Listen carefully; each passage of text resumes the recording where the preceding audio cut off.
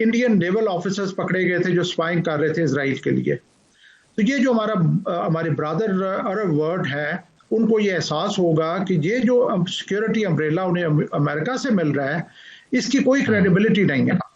$19 billion के weapon systems थे Qatar के पास, लेकिन वो ये नहीं कि वो इफेक्टिव नहीं हुए, बल्कि उनको स्विच ऑफ कर दिया गया। एक तो ये बहुत बड़ा एक इम्प्लीकेशन है कि इन ममालिक में मेरे नज़दीक यूनिटी आएगी, जो आ रही है, और सऊदीया ने इसको लीड किया, इस कन्वेंशन जो रेजोल्यूशन पास हुई है। तो इनकी आंखें खुलेंगी कि ये कहाँ पे इन्होंने रिलाय करना और कहाँ पे इन्होंने रिलाय नहीं करना। अमेरिका ने बहुत बुरे तरीके से लूज किया है अपनी क्रेडिबिलिटी, अपनी ट्रस्टवर्दीनेस और अपना फेस, क्योंकि जो भी अभी दोस्त और दुश्मन अमेरिका के हैं वो सोचने पे मजबूर है कि कितनी how far they can trust America, because America can do anything. Israel जो है उसने अपने चांसेस लूज किए हैं पीस के और अपने जो कैप्टिव्स हैं उनको रिलीज करवाने के।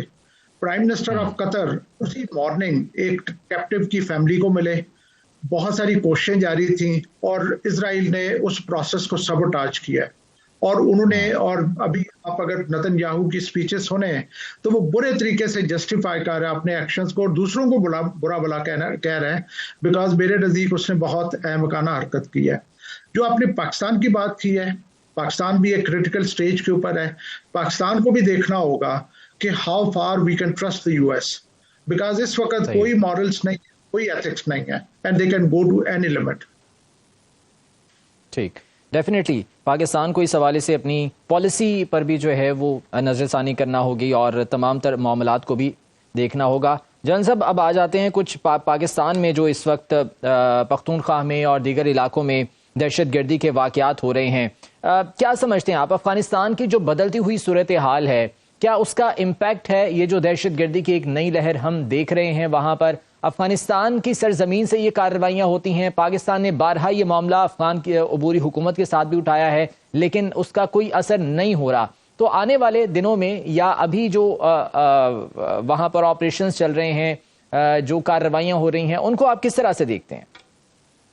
देखिए, 2-3 पहलू हैं इस बात के। पहली बात यह है कि जब अमेरिका अफगानिस्तान में मौजूद था तो उस वक्त बाय डिफॉल्ट इंडिया का जो लिबर्टी ऑफ एक्शन है, इंडिया के जो उधर ऑपरेट करने की ऑप्शंस थी वो बढ़ी हुई थी।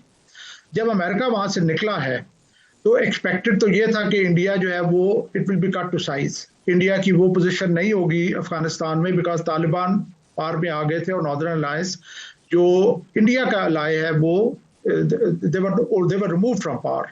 तो ये तो एक पॉजिटिव चेंज थी जिससे एक्सपेक्टेड था कि इंडिया का वो क्लाउड, वो इन्फ्लुएंस नहीं रहेगा। लेकिन अनफॉर्चुनेटली इंडिया का इन्फ्लुएंस मौजूद है। और दूसरा, जब अमेरिका निकला यहाँ से तो वो कुछ मिलिट्री इक्विपमेंट छोड़ के गया जो कि इसने लास्ट टाइम सोवियत यूनियन के लड़ाई के बाद भी छोड़ के गया था, और वो बड़ा अरसा तक वो जो इक्विपमेंट था सोवियत यूनियन वाला वो हमारे खिलाफ इस्तेमाल होता रहा। इस दफा फिर जो अमेरिका ने वहां इक्विपमेंट छोड़ा है वो हमारे खिलाफ इस्तेमाल हो रहा है।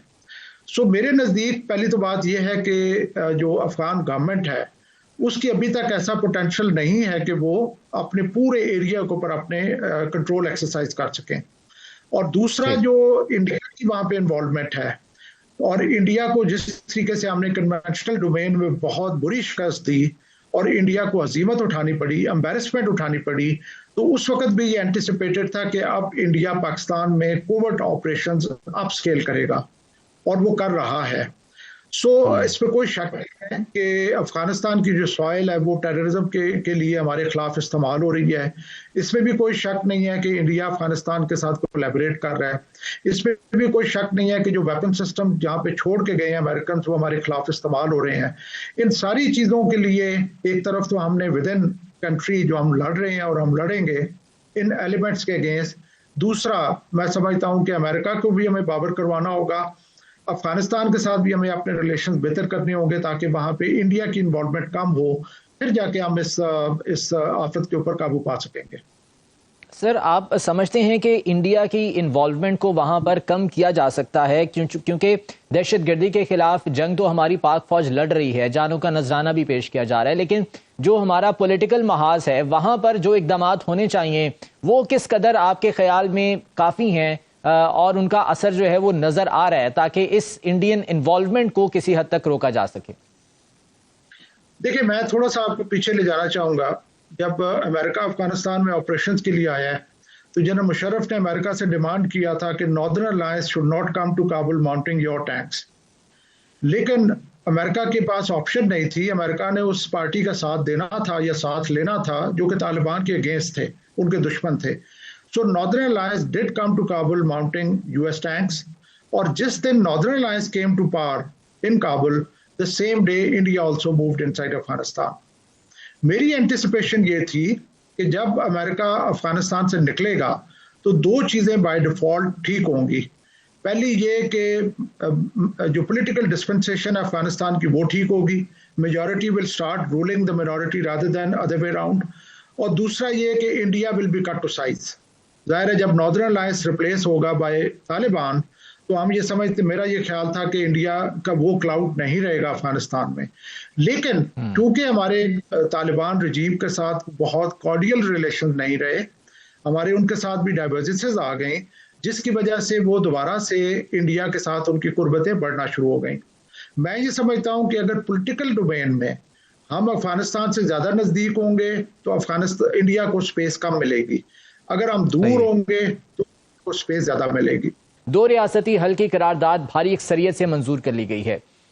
جو یہ قرارداد ہوئی اس پر امریکہ نے اس کی مخالفت میں ووٹ دیا. دیگر بھی 10 ممالک شامل تھے، لیکن اہم یہ ہے کہ امریکہ نے اس کی مخالفت کی ہے. ڈونلڈ ٹرمپ انتظامیہ تو بہت دعوے کرتی ہے کہ جی ہم جنگیں رکوا رہے ہیں. روس یوکرین جنگ کے حوالے سے بھی انہوں نے کہا کہ ہم کوشش کر رہے ہیں کہ اس کو رکوا دیا جائے. پاکستان بھارت کے حوالے سے کئی دفعہ ذکر وہ کر چکے ہیں. دیگر جو ہے وہ کانفلکٹس کے حوالے سے انہوں نے ذکر کیا. کیا وجہ ہے کہ امریکہ یہاں پر جو ہے وہ بالکل ڈیفرنٹ پوزیشن پر ہمیں دکھائی دیتا ہے؟ ڈونلڈ ٹرمپ انتظامیہ بالکل اس کے متضاد پوزیشن پر دکھائی دیتی ہے جو وہ دعوے کرتے ہیں. سر thank you very much for getting me over. دیکھیں، دنیا تو کبھی بھی فیئر اور جسٹ نہیں رہی، لیکن یہ جو دور جا رہا ہے اس کے بارے میں کہا جا رہا ہے کہ دنیا نے پوسٹ ٹروتھ ایرا سے پوسٹ مورالٹی ایرا میں داخل ہو گئی ہے. اب آپ کو کوئی مورل گراؤنڈز نہیں نظر آتے، کوئی مورالٹی نظر نہیں آتی، کوئی ایتھکس نہیں نظر آتے، کوئی ہیومینٹی نہیں نظر آتی، اور جو جتنی بھی طاقتیں ہیں وہ اپنے مقاصد حاصل کرنے کے لیے کسی بھی لمٹ تک جا سکتے ہیں.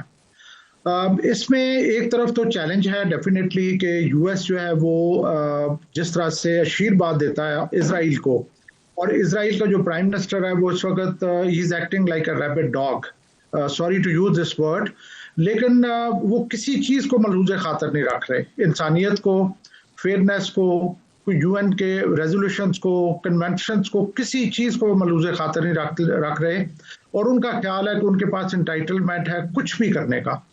تو یہ جو قرارداد پاس ہوئی ہے بہت خوش آئند ہے، بہت اچھی بات ہے، کیونکہ یہ جو ڈائمینشن ہے ڈپلومیٹک، اس میں بھی US کی اور اسرائیل کی آئسولیشن ہو رہی ہے. اسرائیل نے اتنا احمقانہ کام کیا ہے کہ ایک وہ ملک جو کہ ثالثی کا کردار ادا کر رہا ہے، جو کہ آپ کی بہتری کے لیے امن کی کوششیں کر رہا ہے، آپ نے اسی کے اوپر سٹرائک کیا ہے.